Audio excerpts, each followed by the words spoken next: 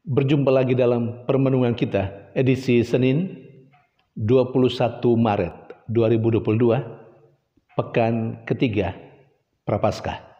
Bacaan-bacaan liturgi hari ini, bacaan yang pertama dari kitab kedua Raja-Raja bab 5 ayat 1 sampai 15a, dan bacaan Injil dari Injil Lukas bab 4 ayat 24 sampai 30.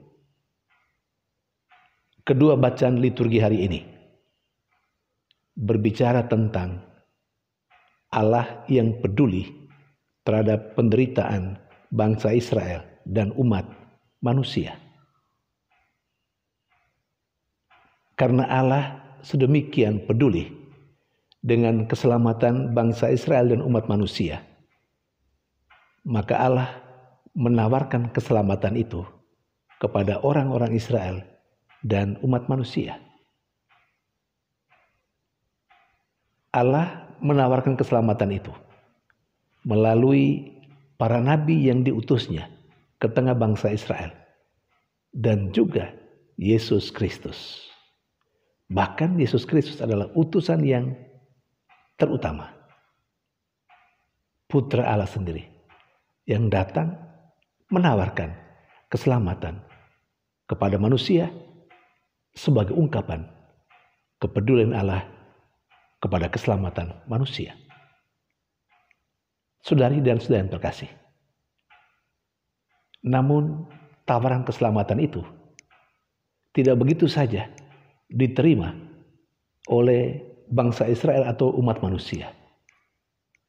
Bacaan pertama misalnya menggambarkan bagaimana Allah yang peduli kepada penderitaan bangsa Israel hadir dalam diri Nabi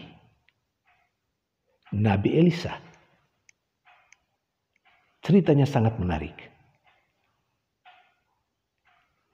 Ada seorang tentara, seorang panglima tentara Raja Aram yang sangat disayangi, sangat dicintai, atau mendapat perhatian utama dalam hati Raja Aram. Tetapi dia menderita sakit kusta. Kepedulian Allah terhadap panglima tentara ini yang bernama Naaman itu terungkap dalam diri orang-orang yang memberi perhatian dan cinta, yang menginginkan supaya Naaman sembuh dari penyakit kusta. Orang yang menjadi tanda kehadiran Allah yang pertama adalah seorang putri Israel yang bekerja sebagai pelayan istri Naaman. Setelah tahu tuannya menderita kusta, dia menyampaikan sebuah informasi penting kepada Naaman sebagai tuannya, bahwa di Israel ada seorang nabi yang bisa menyembuhkan sakit kusta. Kehadiran Allah yang peduli terhadap penderitaan Naaman juga nampak dalam diri Raja Aram yang memperkenankan Naaman untuk pergi menyembuhkan dirinya dari sakit kusta. Kehadiran Allah yang peduli kepada penderitaan Naaman juga nampak dalam diri Nabi Elisa yang melaluinya Naaman disembuhkan dengan cara memandikan dirinya 7 kali di sungai Yordan. Kehadiran Allah yang peduli juga nampak dalam pegawai-pegawai Naaman yang turut serta bersama dengan Naaman pergi menjumpai Nabi Elisa ketika Naaman agak gusar karena apa yang dia harapkan dari Nabi Elisa tidak terwujud. Dia mengharapkan supaya Elisa bertemu dengan dia lalu berbuat sesuatu untuk menyembuhkan dia. Tetapi ternyata Elisa hanya melalui pelayannya menyampaikan kepada Naaman untuk pergi memandikan dirinya di Sungai Yordan, dan itu yang membuat dia kecewa.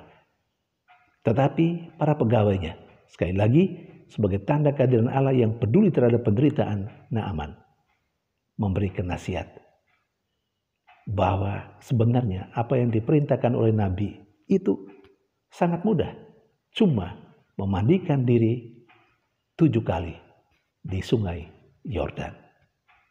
Saudari dan saudara yang terkasih, ketika Naaman melaksanakan apa yang dinasihatkan oleh orang-orang yang menjadi tanda kehadiran Allah, terutama Nabi Elisa, dia akhirnya disembuhkan. Saudari dan saudara yang terkasih, sementara dalam bacaan Injil, orang-orang Yahudi menolak Yesus. Yesus sesungguhnya mau mereka lemparkan ke tebing jurang. Yesus berkata, seorang nabi tidak dihormati di tempat asalnya. Saudari dan saudara yang terkasih, Allah yang peduli terhadap penderitaan manusia tetap hadir dalam kehidupan kita. Allah hadir melalui orang-orang yang punya simpati, orang-orang yang berniat baik, ada bersama dengan kita dan mau menyelamatkan kita dari berbagai macam persoalan kehidupan kita. Allah yang peduli terhadap penderitaan dan kesulitan kita, hadir dalam diri sesama kita yang mungkin memberikan sesuatu secara material dari apa yang dia miliki untuk memenuhi kebutuhan hidup kita.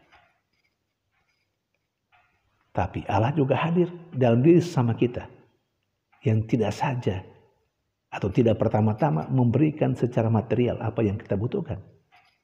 Tetapi dia memberi atau mereka memberi, sesama kita memberi kepada kita nasihat-nasihat yang baik misalnya. Petunjuk-petunjuk yang baik misalnya, supaya kita bisa mengubah diri, supaya kita bisa menjadi lebih baik. Allah yang peduli terhadap keselamatan kita, terhadap kebaikan kita, juga hadir dalam diri orang-orang yang mungkin menegur kita. Menegur kita supaya kita menjadi sadar akan apa yang kita lakukan atau apa yang kita katakan yang keliru, yang tidak baik. Allah bahkan bisa hadir dalam diri sama kita yang menegur kita dengan keras.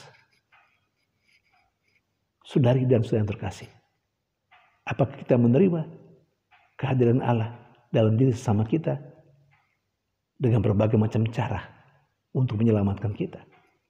Sekurang-kurangnya menolong kita secara material, bahkan lebih penting dari itu, menolong kita dengan nasihat-nasihatnya yang baik. Atau kita menganggap orang-orang itu dengan nasihat-nasihatnya yang baik, dengan teguran yang baik untuk perubahan kehidupan kita yang lebih baik lagi, kita anggap itu bukan Allah sendiri.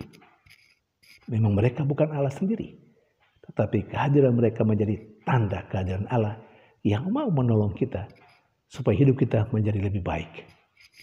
Saudari dan saudara terkasih, keselamatan yang ditawarkan kepada manusia baru dialami oleh manusia kalau manusia menerima tawaran keselamatan itu.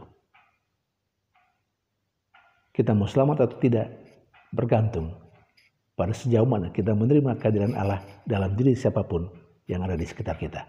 Tuhan memberkati.